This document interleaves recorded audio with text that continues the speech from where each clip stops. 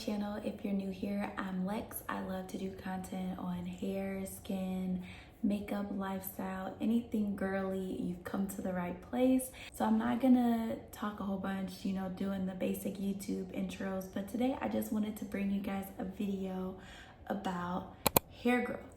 So if you know me, I started on YouTube maybe about 5 years ago, and I started right after I did a significant chop to my hair.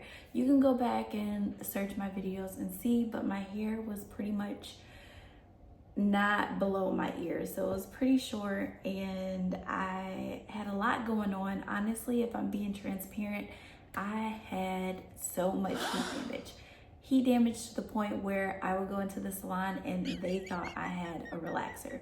That is how much heat damage I had. I was a baby when it came to hair care, and I was still learning. There was a lot of practices that I was doing that I probably should not have been doing when it came to my hair. And now I have learned my lesson. I have walked the natural curly hair journey, and now I am back to straight hair. But with all that being said, I did want to get on here and share my hair growth tips, because I feel like there are certain things that people didn't necessarily talk about when growing your hair. It was more so like, give it time, and they help, they really do. But I feel like the nitty gritty tips that I learned through trial and error throughout my hair growth process, because this was trying to get the inches back. Before I dive into my tips, I just wanted to say thank you so much. The channel is growing, and I cannot believe how fast I've gone from less than 100 subscribers to now over 300 subscribers.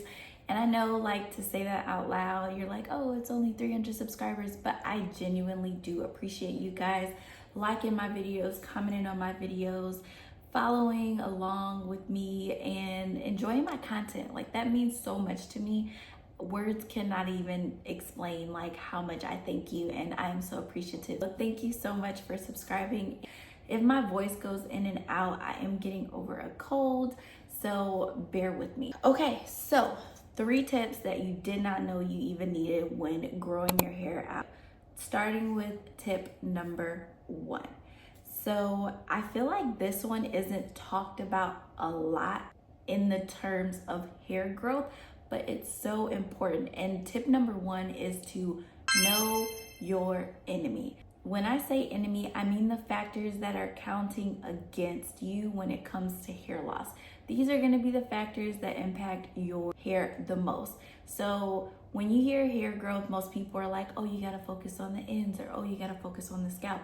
No, sis, let's sit down and let's talk about the factors that really count. And these are things that can damage your hair over time.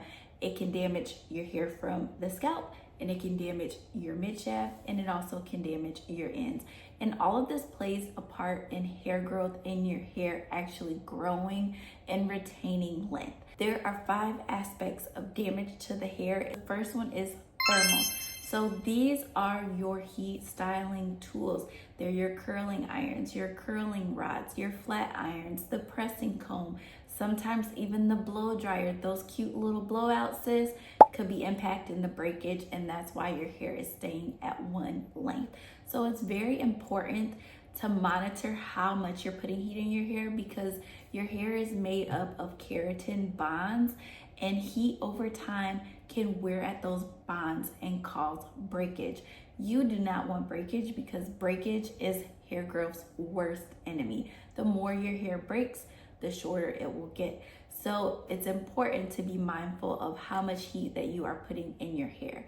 If you are going to use heat, which I have seen both sides of it. When I was a natural girly, I didn't put any heat in my hair, and it grew so fast over the course of a few years.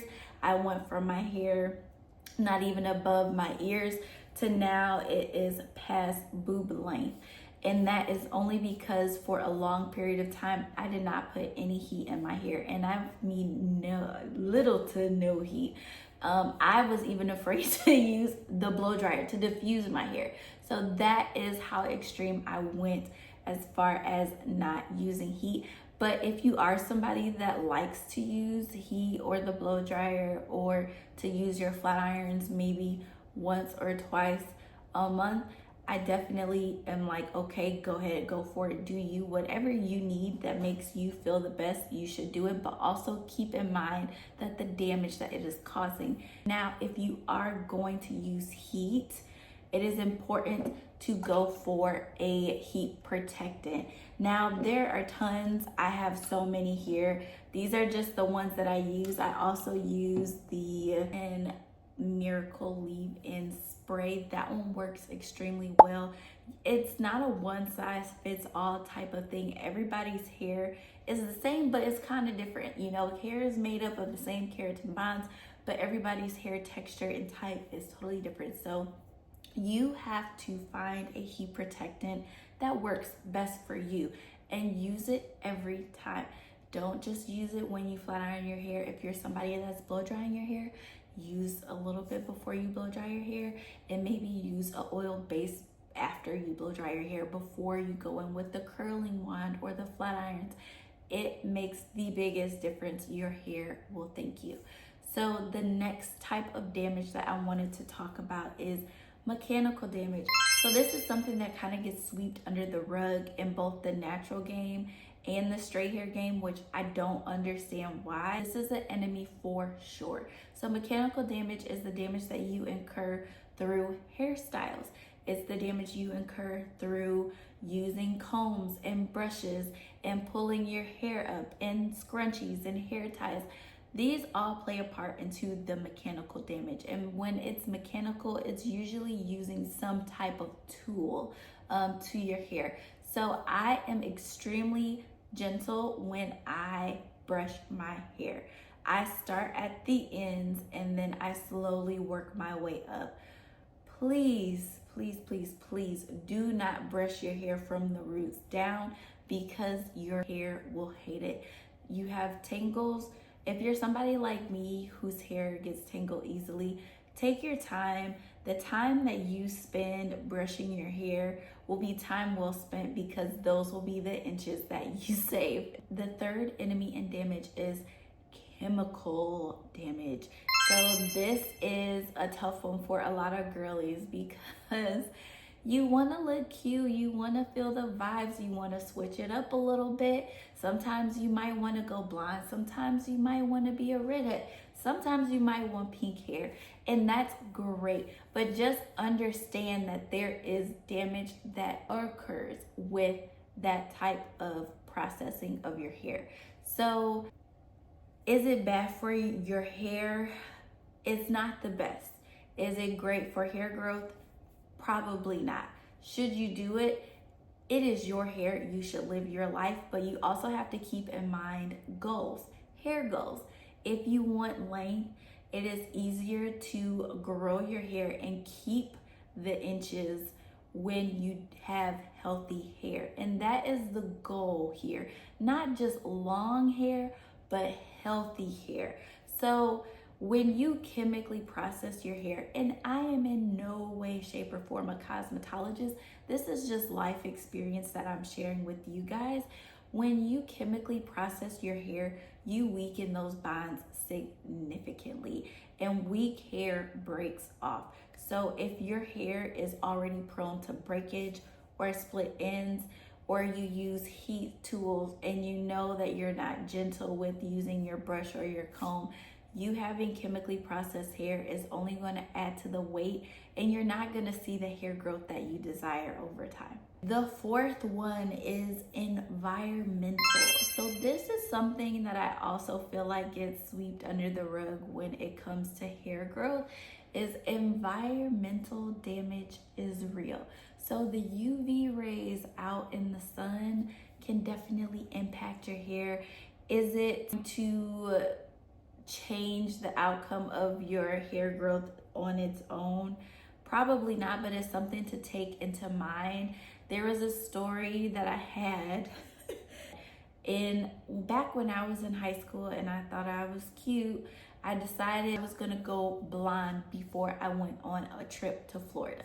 This was a big mistake. Not only did my hairstylist beg me not to go blonde because my hair is dark and it takes a lot for my hair to lift. So she already was like, please don't do it. And I was like, okay, I'm not gonna do it. And then I did do it. I went to her and I was like, okay, I need you to do this. I'm trying to have all the vibes. I'm trying to be a baddie on the beach. I'm trying to live my best life. So I got my hair dyed blonde. It wasn't the color that I wanted, but my hair was still on my head. So I was happy. I thought everything was great. I went down to Florida, living it up in the sun. Not only did my hair color significantly change, but my hair started breaking off just from the exposure to the sun. I did not have anything protecting my hair from that, and it was already chemically processed. So those two factors alone did not help my hair. I literally left that trip crying because when I say inches, I mean I lost inches. So it's very important to keep in mind that the sun does have an impact on your hair, and not just the sun, the weather as well. In the drier months, it tends to dry your hair out. So like the winter months, the cold months, the climate definitely plays a part in how your hair retains and holds moisture, and dry hair snaps. We do not want dry hair. We want well moisturized hair. So keep that in mind. The last one that I consider being an enemy as far as hair growth would be treatments. So these are relaxers, these are perms, these are Brazilian blowouts, these are keratin treatments. All of those things are a part of, I guess, the chemical damage, but I kind of like to separate them because they are processes that you tend to get repeatedly over time, and that plays a part with your hair. So if you didn't know, I have a keratin treatment in my hair right now. It is currently on its way out. I do need to touch it up.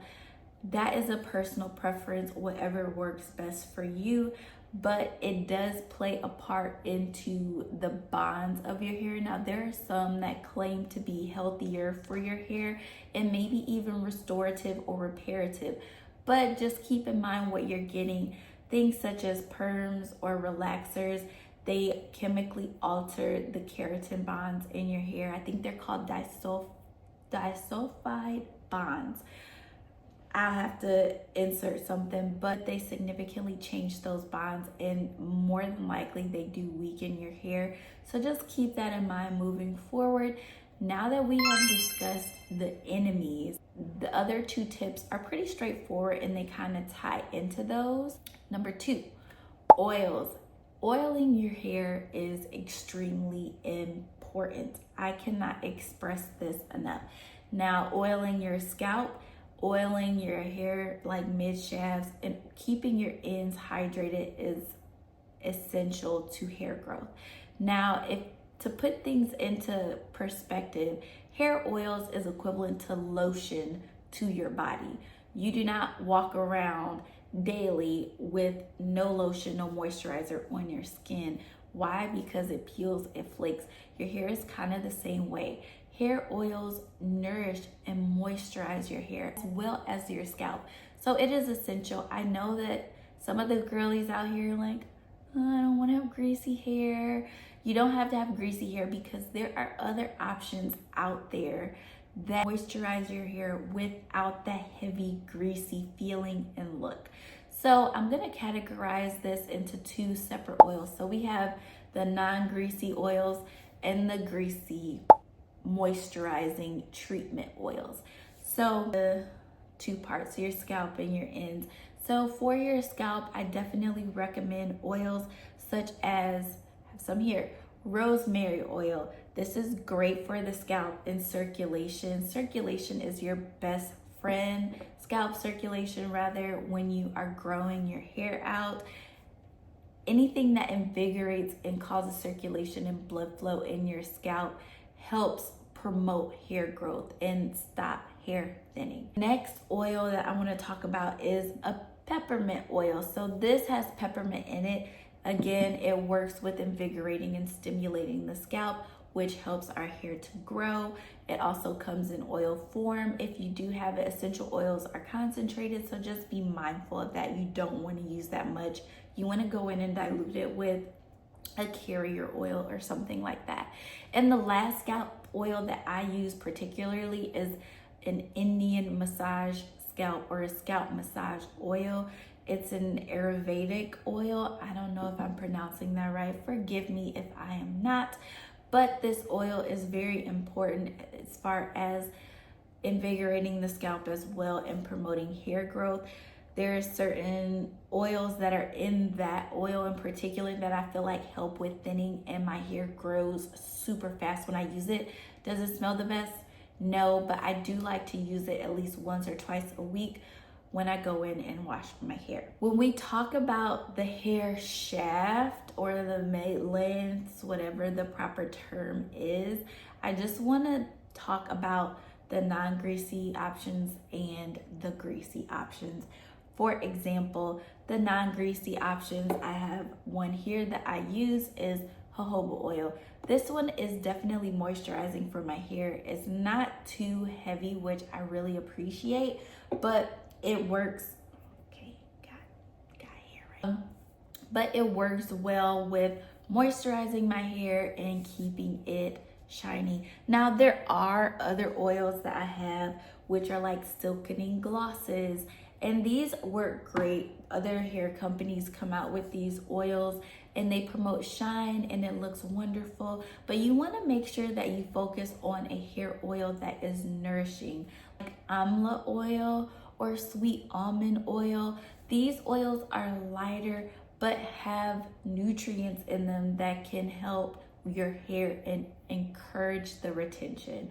And that is what we want with our hair length. We want to help with the length retention. The oil that I consider non-greasy is argan oil, however you pronounce it. This oil works really well. It's super nourishing, hydrating, moisturizing, and for me personally, it doesn't give my hair a super heavy feel. Now, all of these oils that I'm mentioning, these are some that I use that are specific to me and my hair that works great.